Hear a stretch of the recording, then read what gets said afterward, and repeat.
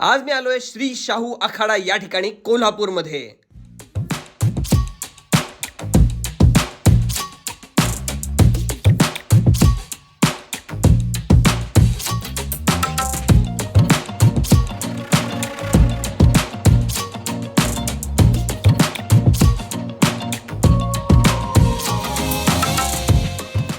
या ठिकाणी मी पैलवानांसाठी एक चॅलेंज घेऊन आलेलो आहे.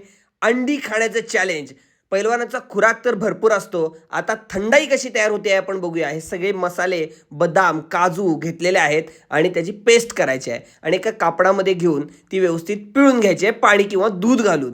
आणि त्यानंतर थोडीशी साखर घालायची आणि सगळे एकत्र केल्यावर गटागटा डायरेक्ट पातेल्यानंच प्यायला लागलेत हे पैलवान लोक. त्याशिवाय ताकद येतच नाही हो. आणि इकडं अंडीसुद्धा उकडायला टाकली होती.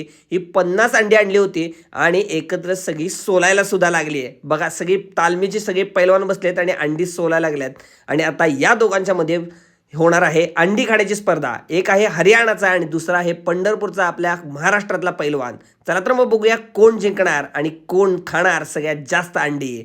तर एकापेक्षा एक पैलवान ही अंडी खायला लागले. 9 आणि 11 असा त्यांचा स्कोर चालू होता. पंढरपूरचा पैलवान 13 अंड्यांनी पुढे गेला. हरियाणाचा पैलवान सुद्धा काही कमी नव्हता, पण त्यानं शेवटी माघार घेतली आणि पंढरपूरच्या आपल्या महाराष्ट्रातल्या दादू पैलवाननं 17 अंडी खाल्ली मित्रांनो आणि तो विजयी झाला. संपूर्ण व्हिडिओ यूट्यूबवर बघा नक्की.